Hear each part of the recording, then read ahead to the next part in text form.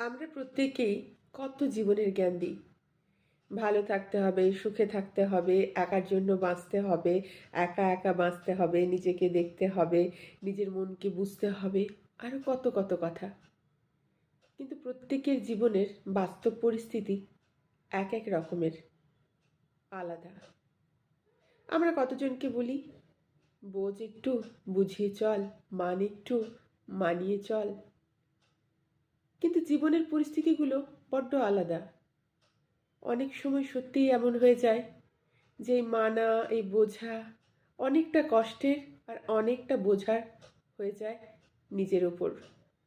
প্রত্যেকের পরিস্থিতি আলাদা হয়, আর সেই কষ্টগুলো যার হয় সেই বোঝে, সেই জানে যে সহজে মেনে নেওয়া যায় কিনা, বা সব কিছুর ঊর্ধ্বে ভালো থাকা যায় কিনা। হাজার ভালো থাকার চেষ্টা করা মানুষগুলোও অনেক সময় এমন পরিস্থিতির শিকার হয় যে হাসতে ভুলে যায়, বাঁচতে ভুলে যায়। যে মেয়েটা হয়তো তোমাদের রোজ বলে হাসতে হবে, ভালো থাকতে হবে, নিজেকে ভালোবাসতে হবে, সেই হয়তো অনেক সময় দেখা যায় নিজেকে ভালো রাখার ব্যাপারে একেবারে একেবারে অজ্ঞ, সব দিক থেকে ক্লান্ত। ভালো যে সে নেই, ভালো থাকতেও পারে না।